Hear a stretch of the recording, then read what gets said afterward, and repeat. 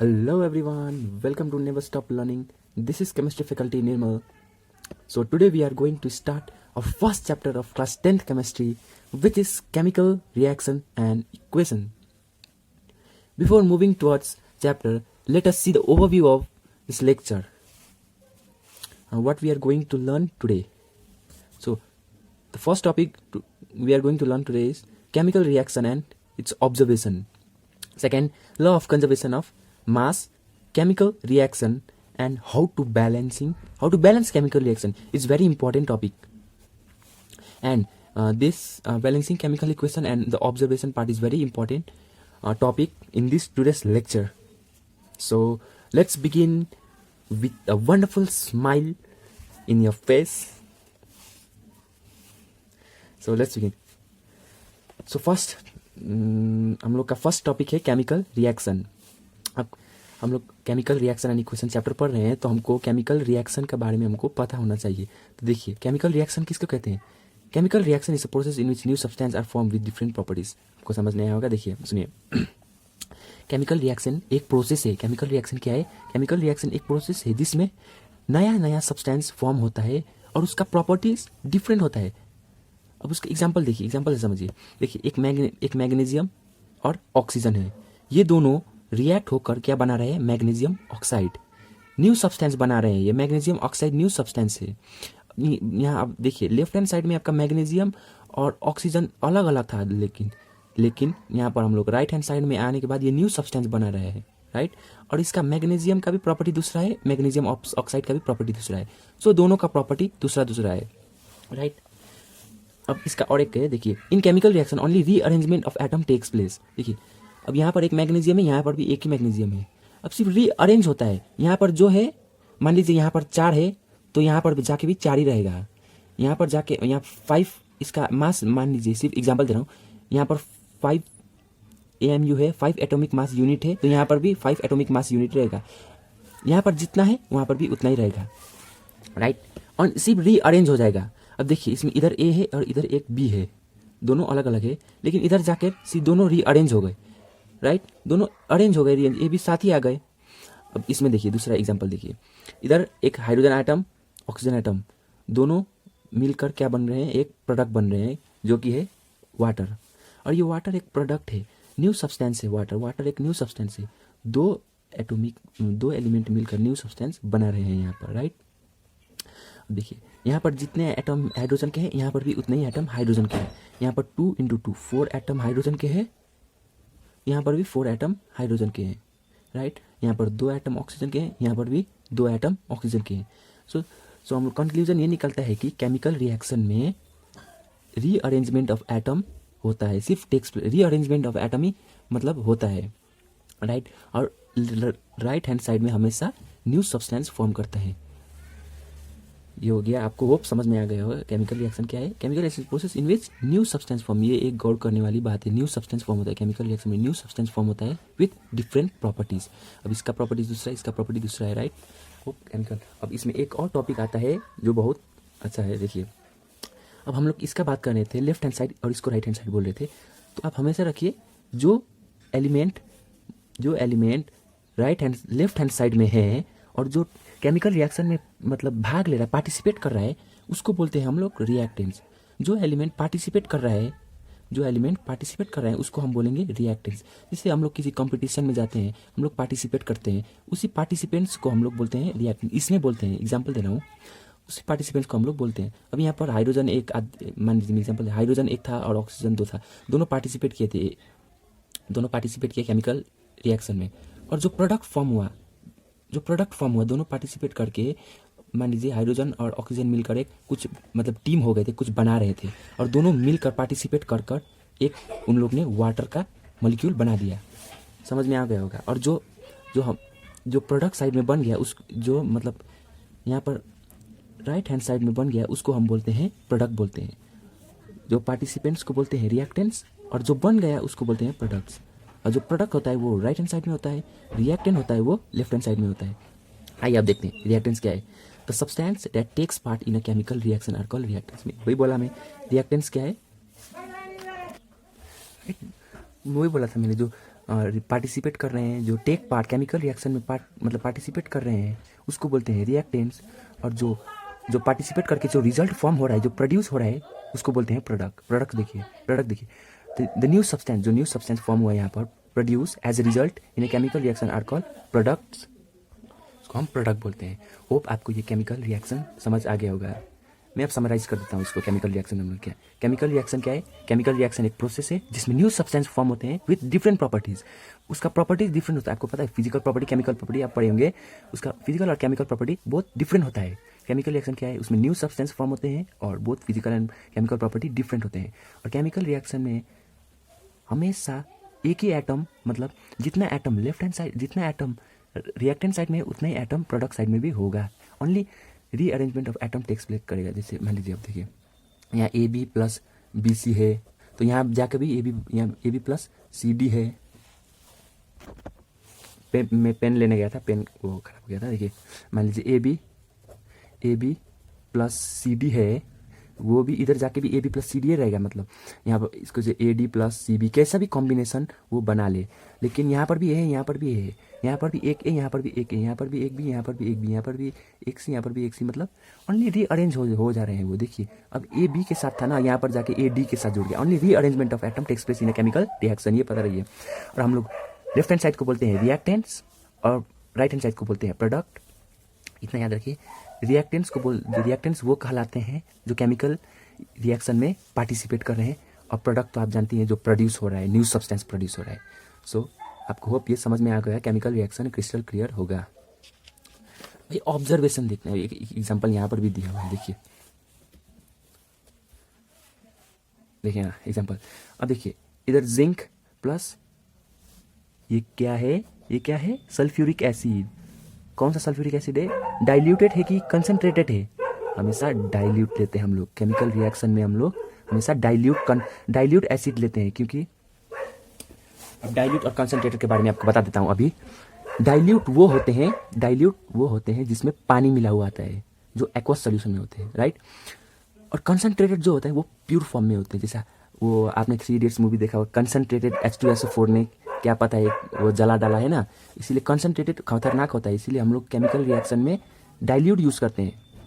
तो हम लोग ने क्या लिया था? जिंक और dilute dilute sulphuric acid gives ZnSO, zinc sulphate plus hydrogen gas. मतलब इधर क्या था? ये दोनों क्या है? पार्टिसिपेट करे, जिंक और डाइल्यूट सल्फ्यूरिक एसिड पार्टिसिपेट कर रहे हैं, जो कि हम लोग वो कहलाएंगे रिएक्टेंट्स। और जो न्यू सब्सटेंस क्या फॉर्म कर रहे हैं? ZnSO4 plus zinc sulphate plus hydrogen gas. ये क्या है? प्रोडक्ट है, न्यू सब्सटेंस फॉर्म हुए हैं, राइट। अब इसमें भी रीअरेंजमेंट ऑफ एटम ही हुआ है। देखिए ये जिंक भी है, सल्फेट है, हाइड्रोजन है, सिर्फ रीअरेंज हो गया, इधर उधर मिलकर बन गए हैं, राइट। वो केमिकल रिएक्शन तो आपको क्रिस्टल क्लियर होगा। अब आइए नेक्स्ट टॉपिक पर बढ़ते हैं।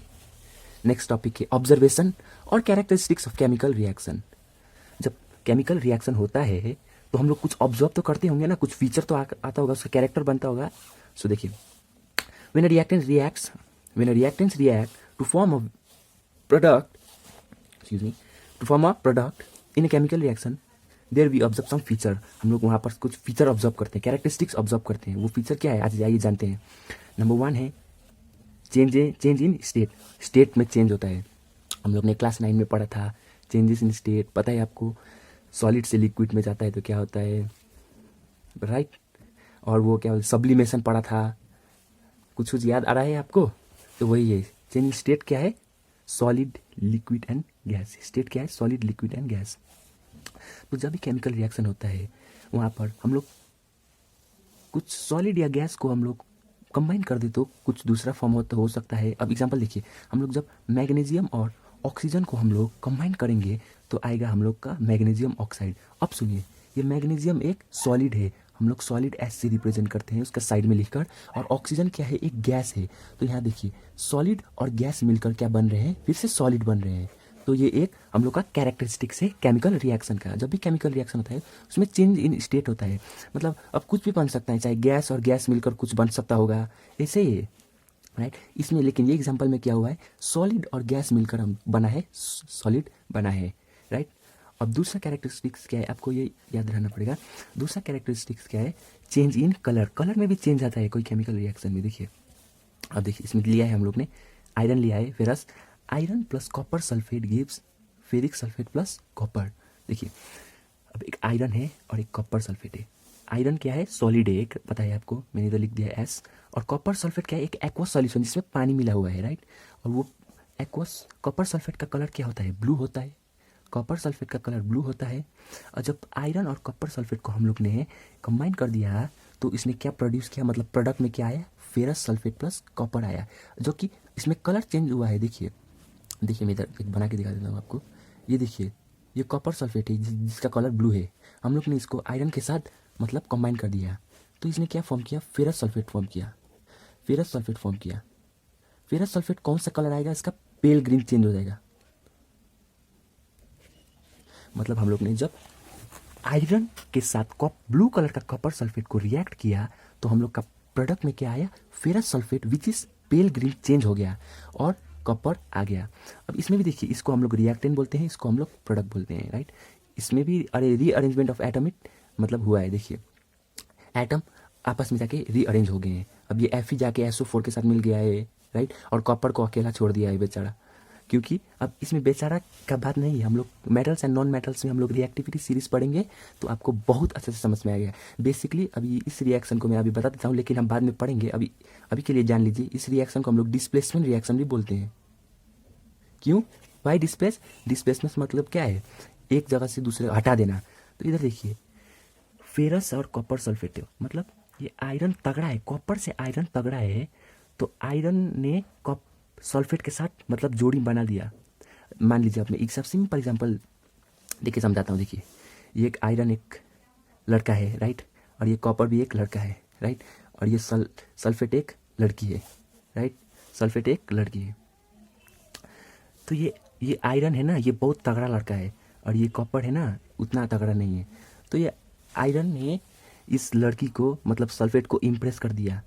इम्प्रेस तो नहीं कर दिया, लेकिन आयरन ना कॉपर से बहुत तगड़ा है, इसीलिए ये इसने सल्फेट को चुरा लिया। देखिए आयरन तगड़ा था तो इस लड़की ने चुरा लिया, और वो जो लड़का कॉपर था वो अकेला ही रह गया। सिंपल एग्जांपल मीन्स कंक्लूजन क्या है, iron is more reactive than copper. इसमें से ये कंक्लूजन निकलता है, और इसको डिस्प्लेसमेंट रिएक्शन बोलते हैं। ये अभी मैंने एग्जांपल दिया, ये ज़्यादा सीरियस मत लीजिएगा, मैंने इसे ही समझाने के लिए बताया है आपको। अब नेक्स्ट आते हैं नंबर 1 था चेंज इन स्टेट, था नंबर 2 था चेंज इन कलर। अब आएगा आपका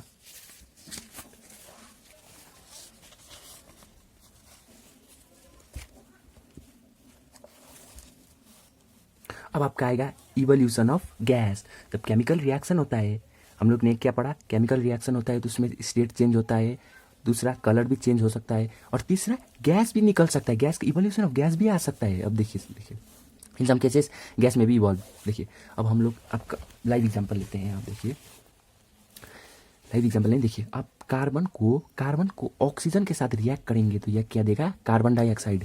ये कार्बन एक क्या है, सॉलिड है ना, और ये गैस क्या है, ऑक्सीजन क्या है, गैस है। तो ये सॉलिड और गैस मिलकर दिया दे रहा है, गैस दे रहा है, राइट।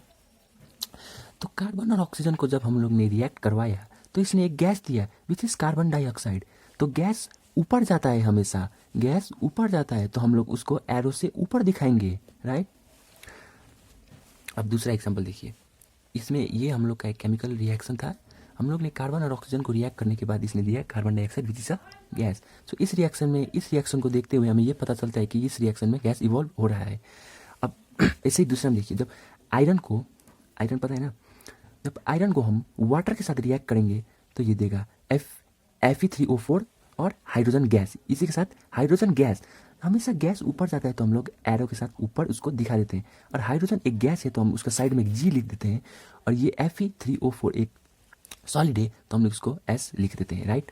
अब इसी के साथ एक और एग्जाम्पल दीजिए गैस का, वो गैस का तो बहुत एग्जाम्पल है। देखिए जब हम जिंक को डाइल्यूट हाइड्रोक्लोरिक एसिड से रिएक्ट करवाएंगे तो ये देगा ZnCl2 zinc chloride plus hydrogen gas. अब इसमें भी ये रिएक्शन में भी हमको सीधा पता चल रहा है कि जब हम लोग जिंक और डाइल्यूट हाइड्रोक्लोरिक एसिड को रिएक्ट करवा रहे हैं तो यहाँ हाइड्रोजन गैस भी दे रहा है, और हाइड्रोजन गैस को हमेशा हम लोग हाइड्रोजन गैस को ही नहीं, कोई भी गैस आएगा तो हम लोग उसको एरो से ऊपर दिखाएंगे, और कोई भी प्रिसिपिटेट फॉर्म होगा तो उसको हम एरो से नीचे दिखाएंगे। अभी प्रिसिपिटेट का एग्जांपल भी आ रहा है, लेकिन गैस फॉर्म होगा तो हम लोग एरो से ऊपर दिखाएंगे और गैस को हम लोग जी से डिनोट करेंगे। और ये तो प्लस का साइन है, ये एरो है, राइट। अब हम लोग ने ऐसे ही 3 ठो एग्जाम्पल देखिए जिसमें गैस इवॉल्व हो रहा है। अब दूसरा देखते हैं, दूसरा कैरेक्टर क्या है। जब केमिकल रिएक्शन होता है ना तो उसमें टेम्परेचर भी इंक्रीज और डिक्रीज होता है। देखिए, अब देखिए, in some chemical reaction temperature changes it decrease और इंक्रीज। टेम्परेचर इंक्रीज भी होता है और डिक्रीज भी होता है। जब टेम्परेचर इंक्रीज होता है तो उस रिएक्शन को, जब टेम्परेचर इंक्रीज होता है ना तो उसमें हीट रिलीज होता है। जब आप टेम्परेचर इंक्रीज होता है तो हीट नहीं रिलीज। आप देखिए, आप एक भाड़ा में पानी बैठा है, राइट। पानी गर्म करने के लिए रखे हैं। अब वो ज़्यादा गर्म हो जाएगा, आप ऐसे छुएंगे तो आपका हाथ जल जाएगा। मीन्स उसमें हीट रिलीज हुआ है ना, भाड़ा गर्म हो गया है तो आपका हाथ जल जाएगा। तो उस रिएक्शन को बोलते हैं हम लोग एक्सोथर्मिक रिएक्शन बोलते हैं। जब हीट इंक्रीज होता है तो हीट रिलीज भी होता है, राइट। जब टेम्परेचर इंक्रीज होता है तो हीट रिलीज होता है। अच्छा सुनिए, जब टेम्परेचर बढ़ता है तो हीट रिलीज होता है, राइट। हीट रिलीज होता है ना। ऐसे ही जब टेम्परेचर डिक्रीज होता है, जैसे अब देखिए, वो आइस का फॉर्मेशन होता है ना, तो हम लोग फ्रिज में रखते हैं तो फ्रिज का टेम्परेचर बहुत ठंडा रहता है तो वो पानी लिक्विड है जो वो क्या हो जाता है, सॉलिड में चेंज होता है। तो उसको हम बोलते हैं उसमें हीट एब्जॉर्ब कर रहा है तो उसको बोलते हैं हम लोग एंडोथर्मिक रिएक्शन बोलते हैं। अब एक एग्जांपल दे दीजिए जिसका टेम्परेचर चेंज है, देख लीजिए। ZnH2SO4 हम लोग ने ये एग्जांपल कहीं देखा था, आपको पता होगा, राइट। हम लोग ने ये एग्जांपल देखा था गैस इवॉल्व में भी देखा था। देखिए यहीं पर है। अब देखिए, जिंक को हम लोग डाइल्यूट सल्फ्यूरिक एसिड से रिएक्ट करेंगे तो ZnSO4 प्लस H2 गैस ये आएगा। ये कॉनिकल फ्लास्क में हम लोग ने इसको रिएक्ट करवाया तो ये हम लोग ने ये ZnSO4 ये बहुत स्ट्रॉन्ग एसिड है। डाइल्यूट सल्फ्यूरिक एसिड बहुत स्ट्रॉन्ग एसिड है। तो जब ये रिएक्शन होगा तो हम लोग, आप ये बीकर है जो, इस बीकर को जाकर टच करिएगा तो आपका हाथ जल जाएगा। मीन्स इसमें मतलब हीट रिलीज हुआ है और इसको एक्सोथर्मिक रिएक्शन है। ये एक्सोथर्मिक रिएक्शन है, मतलब आप बीकर को जाकर टच करेंगे तो आपका हाथ जल जाएगा। मीन्स इसमें टेम्परेचर इंक्रीज हुआ है, राइट। तो यही एक कैरेक्टरिस्टिक फीचर था। और एक कैरेक्टरिस्टिक फीचर है number 5 which is formation of precipitate भी फॉर्म होता है इसमें क्या होता है, फॉर्मेशन ऑफ प्रिसिपिटेट। अब प्रिसिपिटेट फॉर्म्स है। अब प्रिसिपिटेट, अब आपका एक एग्जाम में क्वेश्चन आएगा व्हाट इज प्रिसिपिटेटेड रिएक्शन आएगा, व्हाट इज प्रिसिपिटेटेड रिएक्शन। तो उसमें लिख सिंपल आप समझ लीजिए, प्रिसिपिटेटेड रिएक्शन में इनसॉल्युबल सॉलिड पार्टिकल्स फॉर्म होता है। अब जैसे एग्जाम्पल देखिए, सोडियम सल्फेट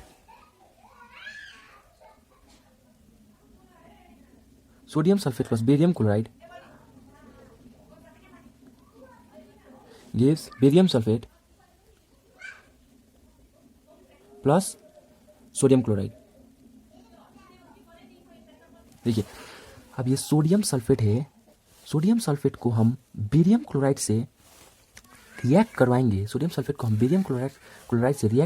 तो ये क्या फॉर्म करेगा, बेरियम सल्फेट फॉर्म करेगा और सोडियम क्लोराइड फॉर्म करेगा, राइट। अब इसमें एक प्रिसिपिटेट फॉर्म होगा सॉलिड इनसॉल्युबल सॉलिड पार्टिकल है ना, तो ये सॉलिड है ना, तो इसमें प्रिसिपिटेट फॉर्म होगा। प्रिसिपिटेट आपको पता है पानी पड़ता है प्रिसिपिटेट, तो इसी को हम लोग नीचे, पानी पड़ता है प्रिसिपिटेट मतलब नीचे, तो हम लोग इसमें इनसॉल्युबल सॉलिड पार्टिकल फॉर्म हो रहा है प्रिसिपिटेट, इसी को प्रिसिपिटेटेड रिएक्शन कहते हैं। ये बेरियम सल्फेट है ना, ये मतलब इनसॉल्युबल सॉलिड पार्टिकल फॉर्म हो रहा है इसमें, इसी के कारण प्रिसिपिटेटेड रिएक्शन फॉर्म हो रहा है। और इसका कलर पूछा जाता है आपको, राइट। बेरियम सल्फेट का कलर पूछा जाता है तो इसका कलर होता है व्हाइट, राइट। अब देखिए, सुनिए, अब आराम फिर से सुनिए। जब सोडियम सल्फेट को बेरियम क्लोराइड से हम लोग ने रिएक्ट करवाया तो इसने दिया बेरियम सल्फेट और सोडियम क्लोराइड, राइट। तो इसमें से आपको क्वेश्चन पूछेगा इसमें से प्रिसिपिटेट कौन सा है इसमें, तो आपको बताना है इसमें से प्रिसिपिटेट बेरियम सल्फेट है और इसमें इनसॉल्युबल सॉलिड पार्टिकल फॉर्म हो रहा है। बेरियम सल्फेट में इनसॉल्युबल सॉलिड पार्टिकल फॉर्म हो रहा है जिसका कलर है व्हाइट। कलर आपको याद रखना बहुत जरूरी है। तो आप एक और एग्जांपल देख लीजिए, सिल्वर नाइट्रेट का देख लीजिए। Silver nitrate plus potassium chloride का देख लीजिए, ये फॉर्म होगा तो देगा आपको silver chloride plus potassium nitrate देगा। अब इसमें पूछेगा आपको, देखिए ये सिल्वर नाइट्रेट क्या है, एक्वस सॉल्यूशन है एक। ये पोटासियम क्लोराइड क्या है, ये भी एक्वस है, राइट, ये भी एक्वस ही है। अब देखिए सिल्वर नाइट्रेट को हमने जब पोटासियम क्लोराइड से रिएक्ट करवाया तो इसने क्या दिया, silver chloride plus potassium nitrate. तो इसमें आपको पूछेगा इसमें प्रिसिपिटेटेड रिएक्शन कौन सा है, तो इसमें प्रिसिपिटेट मतलब प्रोडक्ट कौन सा है, तो आपको बताना है सिल्वर क्लोराइड इसमें प्रिसिपिटेट है जिसका कलर होता है वाइट, इसका भी कलर होता है वाइट, राइट। इससे आपके बुक में वेरियस एग्जांपल्स है प्रिसिपिटेटेड रिएक्शन का, जैसे सिल्वर क्लोराइड का है, सिल्वर ब्रोमाइड का है। ये एक मैंने आपका ये वाला एग्जांपल बुक से लिया है, ये एग्जांपल बहुत आता है आपको। और एक्टिविटी है, मैं एक्टिविटी आपको कराऊंगा। एक्टिविटी होगा लेड नाइट्रेट और पोटासियम नाइट्रेट कैसा होगा, उसमें येलो प्रिसिपिटेट फॉर्म होता है, मैं आपको वो करा दूंगा। वो एग्जाम पॉइंट ऑफ व्यू से बहुत इंपॉर्टेंट है। होप आपको प्रिसिपिटेट रिएक्शन समझ आ गया होगा। एक बार हम लोग observation and characteristics of chemical reaction एक बार हम लोग रिवाइज कर लेते हैं। सुनिए, फर्स्ट में क्या होता है, चेंज इन स्टेट में चेंज होता है। जब केमिकल रिएक्शन होता है इसमें स्टेट चेंज होता है, कलर चेंज होता है, टेम्परेचर हम लोग का आता है, गैस इवॉल्व होता है और प्रिसिपिटेट फॉर्म होता है, राइट। ये 5 आपको पता होना चाहिए, राइट। देखिए एंडोथर्मिक और एक्सोथर्मिक हम लोग अभी और करेंगे, राइट। होप आपको ये 2 टॉपिक समझ में आ गया होगा। तो बढ़ते हैं नेक्स्ट टॉपिक पे। तो हम लोग का नेक्स्ट टॉपिक है law of conservation of mass. ये भी क्लास 9 में आपने पढ़ रखा होगा। तो law of conservation of mass state that mass can neither be created not be destroy in a chemical reaction. जब हमने केमिकल रिएक्शन पढ़ा उसमें मैंने आपको बताया था, तो एटम का सिर्फ रीअरेंज होता है, एटम कहीं से आ नहीं जाता है, चाहे कहीं से जा नहीं सकता है। उसमें मास का मतलब आ भी नहीं सकता, चाहे डिस्ट्रॉय भी नहीं हो सकता। Mass can neither be created, mass अपने आप क्रिएट भी नहीं हो सकता, मतलब आ भी नहीं सकता, और उसमें मास को डिस्ट्रॉय भी नहीं कर सकता है। यही law of conservation of mass state करता है। इट मीन्स क्या है, total mass of reactant side should be equal to the total mass of the product side. अब LHS should be equal to the RHS. अब इसके example देखिए इसमें hydrogen plus oxygen दोनों रिएक्ट होके क्या बन गए, वाटर का मॉलिक्यूल बन गए, राइट। वाटर कंपाउंड बन गई है। तो इसमें 2 हाइड्रोजन एटम, इसमें भी 2 ऑक्सीजन का एटम, लेकिन इसमें 2 हाइड्रोजन एटम, सिर्फ 1 ऑक्सीजन एटम। तो हम लोग को दोनों को ये हम लोग का ये लॉ क्या बोल रहा है, मास can neither be created not be destroyed. तो हमको ये इस इक्वेशन को बैलेंस करना पड़ेगा। ये इक्वेशन बैलेंस कैसे होगा, देखिए इसमें 2 हाइड्रोजन एटम, इधर भी 2 हाइड्रोजन एटम, इधर 2 ऑक्सीजन एटम, इधर 1 ऑक्सीजन एटम। तो हम लोग को इधर 2 ऑक्सीजन एटम, ऑक्सीजन बैलेंस हो गया, राइट। इधर 2 ऑक्सीजन एटम, इधर 2 ऑक्सीजन एटम। अब फिर से हाइड्रोजन चेक करना पड़ेगा, इधर 2 हाइड्रोजन एटम है, लेकिन इधर कितना है, इधर 4 hydrogen atom, 2 into 2 4, 4 hydrogen atom है। तो हमको इधर भी 4 हाइड्रोजन एटम करना पड़ेगा, तो इधर भी हम लोग 2 लगा लेंगे। तो देखिए इधर 4 हाइड्रोजन एटम, 2 ऑक्सीजन। सो ये law of conservation of mass को फुल्ली ट्रीट करता है, राइट। अब दूसरा एग्जाम्पल देखिए, अब इधर कार्बन है और ऑक्सीजन है, दोनों मिलकर क्या बन गए, कार्बन डाइऑक्साइड बन गए। तो इधर देखिए, इधर 1 कार्बन, इधर 1 कार्बन, इधर 2 ऑक्सीजन, इधर भी 2 ऑक्सीजन। सो ये भी law of conservation of mass को सेटिस्फाई करता है, राइट। सो ऐसे भी कोई भी रिएक्शन आप जब भी एग्जाम में लिखिएगा तो बैलेंस कर लिखिएगा। अभी मैं बैलेंस करना सिखाऊंगा। तो आइए नेक्स्ट टॉपिक पर बढ़ते हैं हम लोग।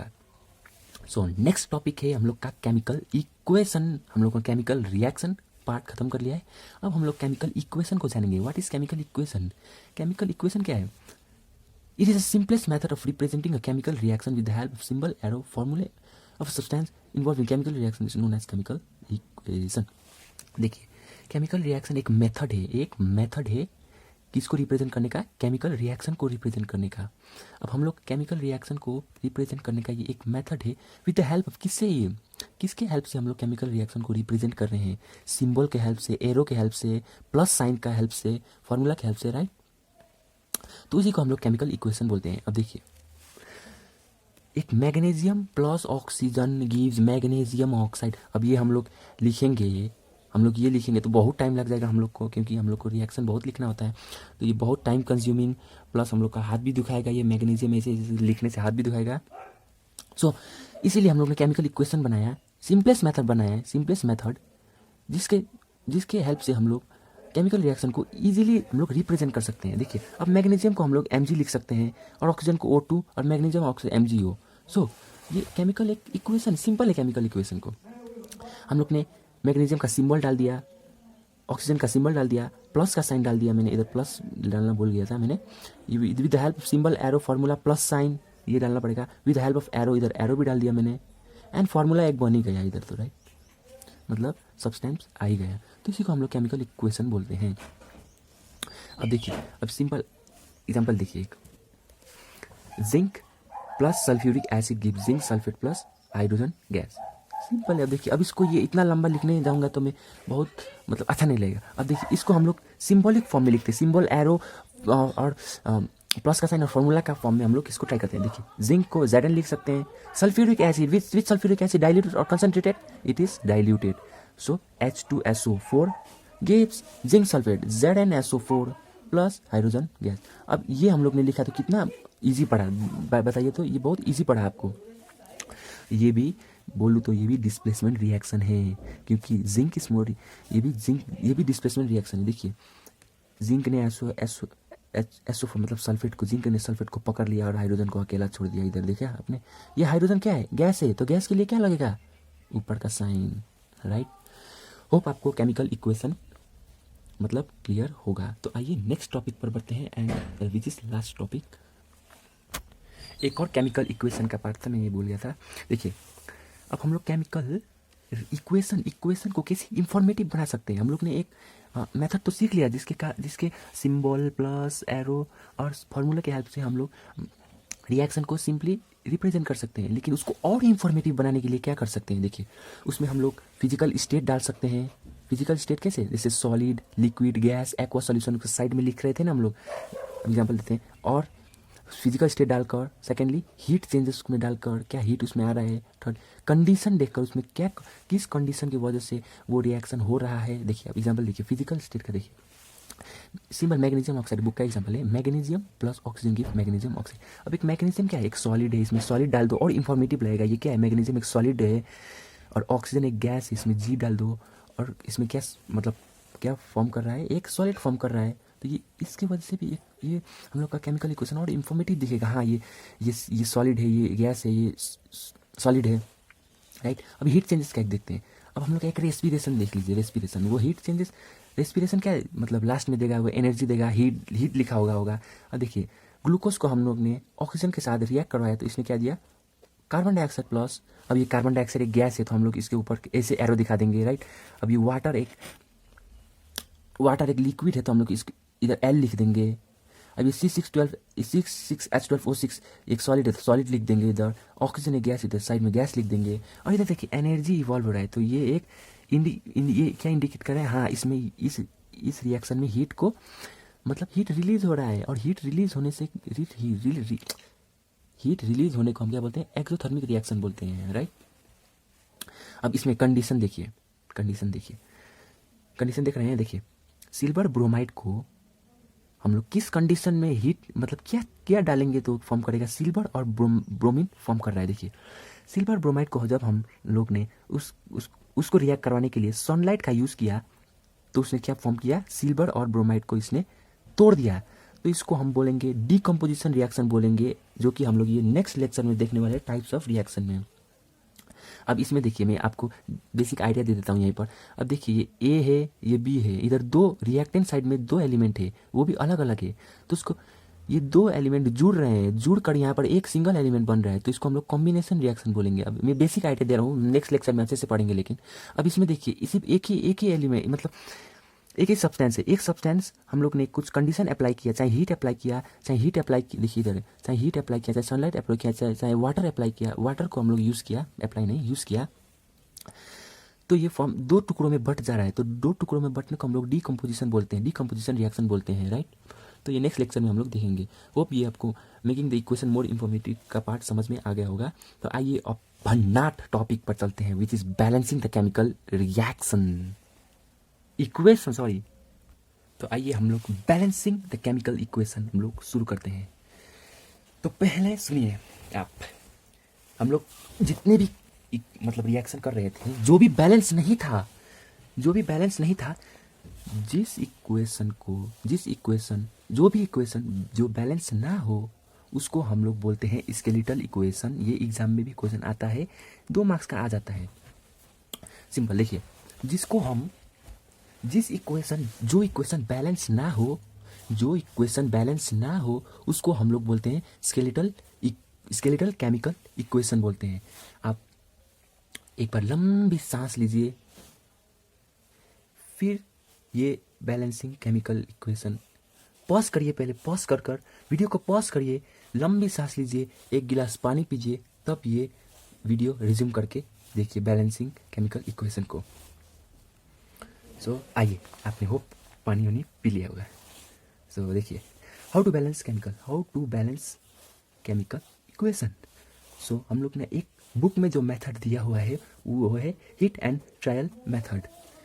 बुक में जो दिया है वो हिट एंड ट्रायल मेथड है, तो मैं वही करा रहा हूँ। सो आइए एक एग्जांपल लेते हैं, वो हिट एंड ट्रायल मेथड से balancing chemical equation. First of all, अब ये केमिकल इक्वेशन दिख रहा है, आपको केमिकल इक्वेशन दिख रहा है तो इधर एलिमेंट लिखिए, राइट। अब इधर देखिए, number of atom in reactant side, reactant में कितने एटम है, नंबर ऑफ, और number of atom in product, right. Box बना लीजिए। तो एलिमेंट कौन से इधर, फेरस है, मतलब आयरन है, हाइड्रोजन है और ऑक्सीजन है, राइट। अब चेक करिए, देखिए अब चेक करिए, आयरन रिएक्टेंट में कितने हैं, आयरन का एटम रिएक्टेंट साइड में कितने एटम है, 1। आयरन एक ही है सिर्फ, तो रिएक्टेंट में 1। और प्रोडक्ट साइड में आयरन का एटम कितना है, 3 है, 3 ही है ना, 3 है। अब सेकेंड नंबर में है हाइड्रोजन का एटम, रिएक्टेंट में 2 है, 2 लिखिए इधर। और हाइड्रोजन एटम प्रोडक्ट साइड में कितना है, 2 ही है, तो 2 हाइड्रोजन तो बैलेंस्ड है। और ऑक्सीजन देखिए, ऑक्सीजन रिएक्टेंट साइड में 1 है, सिर्फ 1 है। और ऑक्सीजन प्रोडक्ट साइड में कितना है, 4 है, तो 4 लीजिए। अब बैलेंस करिए, देखिए फेरस आयरन रिएक्टेंट में 1 है लेकिन प्रोडक्ट में 3 है, प्रोडक्ट में 3 है तो जो ज़्यादा होता है ना उसी को आप देखिए पहले। तो प्रोडक्ट में 3 है तो हम लोगों को रिएक्टेंट साइड में भी 3 मतलब बनाना होगा। तो रिएक्टेंट साइड में सिंपली इधर 3 लिख दीजिए, तो आपका फेरस जो भी हो, फेरस और आयरन एक ही है, मैं कंफ्यूज हो रहा हूँ। देखिए फेरस 3 फेरस रिएक्टेंट में भी हो गए, 3 फेरस प्रोडक्ट में भी हो गए, तो राइट, मतलब हम लोग का फेरस बैलेंस हो गया। देखिए इधर 3 फेरस बैलेंस, राइट। अब आइए हाइड्रोजन तो ऑलरेडी बैलेंस है, 2 हाइड्रोजन बैलेंस। लेकिन ऑक्सीजन देखिए, ऑक्सीजन रिएक्टेंट में सिर्फ 1 है लेकिन प्रोडक्ट में 4 है, तो हम लोग को हमेशा ज़्यादा नंबर देखना चाहिए, ज़्यादा वाला नंबर। तो ऑक्सीजन इधर 4 है तो इधर भी हम लोग 4 कर देंगे, तो ऑक्सीजन 4 हो गया, राइट। ऑक्सीजन 4 हो गया, इधर भी 4 हो गया। तो फिर से आप फर्स्ट में जाइए कि ऊपर का गलती तो नहीं हुआ है ना। तो देखिए फेरस 3 है, ये बैलेंस है। लेकिन हाइड्रोजन देखिए, हाइड्रोजन रिएक्टेंट में कितना है, 4 2 जा 8 हाइड्रोजन, मतलब इधर 8 हाइड्रोजन हो गए रिएक्टेंट में। अभी हम लोग ने जब ऑक्सीजन को बैलेंस किया तो इधर 8 हाइड्रोजन हो गए और इधर कितने हैं, 2 हाइड्रोजन है। तो इधर हम लोग को 8, इधर भी 8 बनाने के लिए इधर क्या डाल सकते हैं, देखिए बोलिए, तो इधर 4 डाल सकते हैं। तो 4 2 जा 8, इधर भी हाइड्रोजन, और 4 2 जा 8, इधर भी हाइड्रोजन बैलेंस हो गया। फिर हाइड्रोजन बैलेंस करने फिर से ऑक्सीजन में जाइए, इधर ऑक्सीजन कितना, 4 ऑक्सीजन, इधर भी 4 ऑक्सीजन, ये भी बैलेंस। सो हम लोग का केमिकल इक्वेशन हो गया, ये बैलेंस हो गया। ये बुक का मेथड है हिट एंड ट्रायल मेथड, ये भी ठीक है, ये मेथड भी ठीक है। लेकिन अब जैसे जैसे लेक्चर आते जाएंगे मैं आपको ये दूसरा मेथड बताऊंगा। तो आइए नेक्स्ट एग्जांपल देखते हैं। सो देखिए इधर एक हम लोग पहले क्या लिखते हैं, एलिमेंट, फिर number of atom in reactant और number of atom in product, right. अब देखिए इधर एलिमेंट कौन कौन से, सिल्वर और ब्रोमीन ही है, सिर्फ 2 ही एलिमेंट है। देखिए number of atom in reactant, silver कितना है, 1 है, इधर कितना है, प्रोडक्ट में कितना है, 1 ही है। ब्रोमीन देखिए, ब्रोमीन कितना है, इधर 1 है, इधर कितना है, 2 है। अब गड़बड़ हो गया। अब हम लोग को सबसे ऊपर वाला नंबर देखिए, ये हम लोग का सिल्वर बैलेंस है, सिर्फ ब्रोमीन को बैलेंस करना है। तो इधर ब्रोमीन 2 है, तो उधर भी हम लोग 2 बनाएंगे, मतलब प्रोडक्ट साइड में 2 है ब्रोमीन है, तो हम लोग रिएक्टेंट साइड में भी 2 ब्रोमीन बनाएंगे, राइट। तो मतलब ब्रोमीन अब बैलेंस हो गया। ब्रोमीन बैलेंस हो गया कि नहीं? देखिए इधर 2 ब्रोमीन, इधर 2 ब्रोमीन। अब 2 ब्रोमीन, ब्रोमीन का बैलेंस होने का वापस से फिर आप सिल्वर को बैलेंस करने जाइए।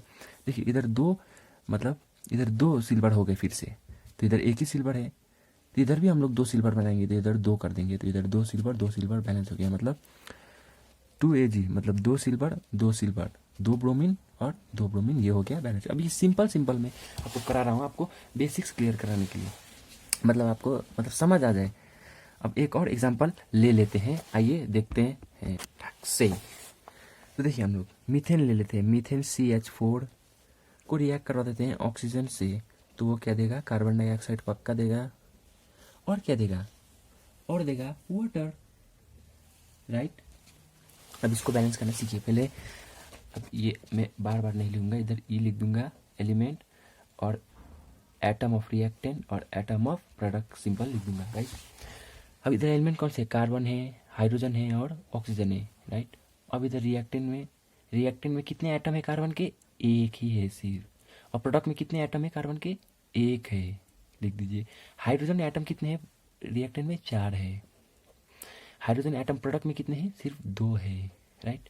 ऑक्सीजन एटम देखिए, अब यहाँ पर आपको कुछ झोल हो सकता है, देखिए ऑक्सीजन एटम रिएक्टेंट में कितना है? 2 है। ऑक्सीजन एटम प्रोडक्ट में कितना है? 2 और 1 3 है, ऑड नंबर आ गया ना। अब इसको कैसे बैलेंस करते हैं देखिए, सिंपल पहले देखिए, कार्बन इज बैलेंस। हाइड्रोजन 4 है इधर, और इधर 2 है, तो पहले हमेशा ऊपर वाला मतलब ज़्यादा वाला नंबर देखिए, तो इधर 4 है तो 4 को बैलेंस करिए। देखिए इधर 4 है तो हम लोग इधर भी 4 करेंगे, तो इधर हम लोग क्या करेंगे कि 4 हो जाएगा, इधर 2 लगा देंगे, तो ये हो जाएगा 4, 2 इंटू 2 4, ये 4 ही है, मतलब ये हम लोग का हाइड्रोजन भी बैलेंस हो गया। हाइड्रोजन बैलेंस, तुरंत हाइड्रोजन बैलेंस करने के बाद फिर से जाइए अब कार्बन में। कार्बन देखिए बैलेंस है कि नहीं है? कार्बन एक है, हाँ कार्बन बैलेंस। तो अब आइए फिर ऑक्सीजन में। ऑक्सीजन इधर कितना है? 2 है इधर, ऑक्सीजन इधर कितना है? 2 है, और इधर 3 था पहले। अब फिर से चेक करिए, ऑक्सीजन कितना है इधर? 2 है, ऑक्सीजन इधर 2 ही है। अब इसमें कितना है? 2 और 1 2, यहाँ पर भी, यहाँ पर 2 और यहाँ पर 2 4, मतलब यहाँ पर 4 ऑक्सीजन है प्रोडक्ट साइड में, राइट। ऑक्सीजन 4 है ना, तो हम लोग इधर 4 है, इधर भी 4 बनाना पड़ेगा, मतलब ये कौन सा साइड का था? ये प्रोडक्ट साइड का था, तो हम लोग को रिएक्टेंट साइड में भी 4 करना पड़ेगा। तो रिएक्टेंट साइड में भी 4 करने के लिए कितना लगाना पड़ेगा? इधर 2, मतलब 2 इंटू 2 4 हो गया, और यहाँ भी यहाँ 2 और 1 2 4 हो गया, मतलब ऑक्सीजन भी बैलेंस। अब तुरंत ऑक्सीजन को बैलेंस करने के बाद फिर से आप केमिकल रिएक्शन को चेक कीजिए, यहाँ पर एक कार्बन, हाँ कार्बन फिर से बैलेंस है। अब हाइड्रोजन देखिए, हाइड्रोजन कितना? 4 हाइड्रोजन, हाँ हाइड्रोजन भी बैलेंस है। अब ऑक्सीजन देखिए, ऑक्सीजन कितना है? ऑक्सीजन कितना है? इधर 2 इंटू 2 4 ऑक्सीजन, और इधर 2 + 2 4 ऑक्सीजन, हाँ ये मतलब हम लोग का बैलेंस, केमिकल इक्वेशन बैलेंस हो गया। आइए अब लास्ट एग्जांपल ले लेते हैं एक, तो आइए लास्ट एक रिएक्शन हम लोग कर लेते हैं, एक भन्नाट वाला रिएक्शन कर लेते हैं। हम लोग कर लेते हैं रेस्पिरेशन। देखिए C6H12O6, जब हम लोग, या अब मैं अभी बायोलॉजी हल्का दिखा देता हूँ। देखिए जो ग्लूकोज है हम लोग का स्टमक में जाके ऑक्सीजन के साथ रिएक्ट होता है, तब देता है कार्बन डाइऑक्साइड रिलीज होता है हम लोग का बॉडी में, और हाइड्रोजन और एनर्जी मैंने क्या बोला था? ये कौन से में आता है?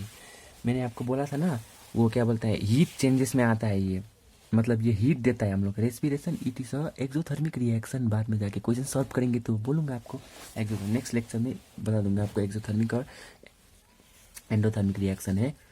तो वो ये क्वेश्चन आता है, why respiration is considered as exothermic reaction. तो आपको सिंपली अब मैं हल्का बताता हूँ, क्योंकि उसमें हीट रिलीज हो रहा है। देखिए हम लोग ये ग्लूकोज और ऑक्सीजन मिक्स हो रहा है, तो कार्बन डाइऑक्साइड बॉडी में बनता है, जो कि हम लोग का बाहर आ जाता है, और वाटर तो बनता है, और एनर्जी बनता है। यही एनर्जी तो हम लोग का एटीपी है। मैं आपको बताऊंगा, ये एनर्जी हीट रिलीज करता है, इसीलिए हम लोग एक्सोथर्मिक रिएक्शन बोलते हैं इसको। पहले तो हम लोग इसको बैलेंस कर लेते हैं। ये देखिए, पहले एलिमेंट का नाम, फिर reactant, product, atom in product, right. अब इसमें कार्बन है, हाइड्रोजन है, और 3 ही है इसमें। अब देखिए, अब अच्छा खेल शुरू होता है। अब इसमें रिएक्टेंट में कितना है? देखिए 6 कार्बन है, प्रोडक्ट में 1 ही कार्बन है यार। हाइड्रोजन कितना है रिएक्टेंट में? 12 है भाई, और प्रोडक्ट में सिर्फ 2 ही है भाई, क्या करें। ऑक्सीजन देखिए, ऑक्सीजन 6 + 2 8 ऑक्सीजन है, रिएक्टेंट में, और प्रोडक्ट में कितना है 2 और 1 3 ऑक्सीजन है, राइट।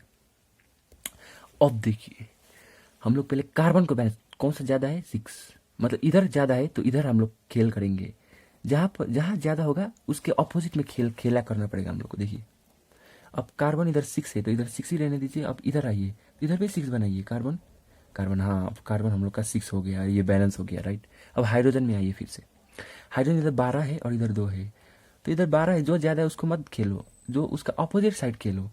इधर 12 है तो उसका अपोजिट साइड खेलो, तो हाइड्रोजन कहाँ है, इधर है, तो हम लोग इधर इधर भी 12 करना पड़ेगा। तो इधर 12 करने के लिए कितना क्या क्या क्या लिख सकते हैं, इधर 6 लिख सकते हैं, 6 × 12, तो मतलब हम लोग का हाइड्रोजन भी बैलेंस हो गया। अब हाइड्रोजन तुरंत बैलेंस करने के बाद ऑक्सीजन में, कार्बन में जाओ, फिर से ऊपर वाले में जाओ, तो ऑक्सीजन देखिए, कार्बन देखिए 6 कार्बन, राइट, इधर 6 कार्बन है और इधर कितने हैं 6 कार्बन, हाँ ऑक्सीजन कार्बन बैलेंस है, कार्बन बैलेंस है तो हाइड्रोजन भी बैलेंस ही है।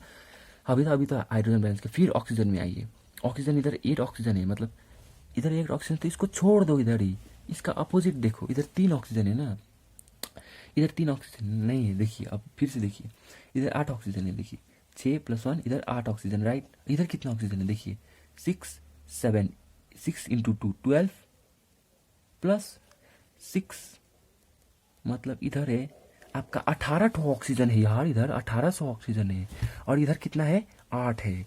तो अब हम लोग लॉजिक लगाएंगे, इधर 18 ऑक्सीजन है ना, तो इधर 6 का 6 रहने दीजिए, तो इधर हम लोग 6 कर देंगे तो नहीं हो जाएगा। देखिए 6 × 2 12 और +6 18, 12 + 6 कितना होता है, इधर 12 है और इधर 6 है, = 18 हो गया।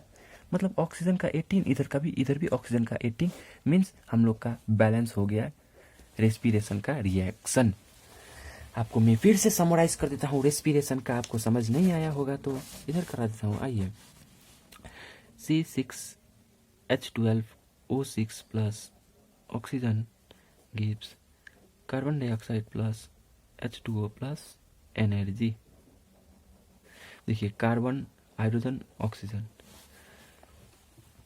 कार्बन 6 1, समझ गए होंगे आप। अब प्रोडक्ट में क्या बात कर रहा हूँ, reactant atom, main reactant atom product, hydrogen 12 2 8 3, right.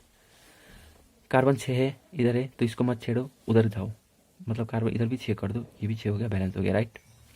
अब ये 12 है, जो ज़्यादा है उसको मत छेड़ो, उसका अपोजिट साइड छेड़ो, तो इधर देखिए 12 है, इधर 12 है, तो इधर कितना है 2 है, तो इधर 12 करने, इधर भी 12 करने के लिए क्या चाहिए हम लोग को 6 चाहिए, 6 × 12, मतलब ये भी बैलेंस हो गया, हम लोग का हाइड्रोजन बैलेंस हो गया। हाइड्रोजन बैलेंस तुरंत होने के बाद कार्बन को चेक करो, कार्बन 6 हाँ बैलेंस ही है, कार्बन कुछ गड़बड़ नहीं हुआ है। फिर आया ऑक्सीजन में, ऑक्सीजन को अभी देखो, ऑक्सीजन कितना है, इधर 6 + 2 8 ऑक्सीजन है, राइट। और इधर कितना ऑक्सीजन है हम लोग को बैलेंस करने के बाद, देखिए 6 2 12 प्लस 6 कितना हुआ 18 ऑक्सीजन है, इधर कितना है प्रोडक्ट में 18 तो, और हम लोग का रिएक्टेंट में कितना है सिर्फ 8 है। तो आप लॉजिक लगाइए, इधर 6 है तो इधर हम लोग 6 2 12 कर देंगे, तो नहीं इधर 12 और इधर 6 = 18 नहीं हो जाएगा, इधर भी 18 हो गया, इधर भी 18 हो गया, मतलब हम लोग का रेस्पिरेशन का मतलब इक्वेशन बैलेंस हो गया। मतलब बैलेंस देखिए C6H12O6 plus 6O2 plus gives 6CO2 plus 6H2O, हम लोग का ये हो गया बैलेंस, हो गया हम लोग का रेस्पिरेशन का इक्वेशन। तो इसी के साथ आज का लेक्चर हम लोग यहीं पर एंड करते हैं। Thank you.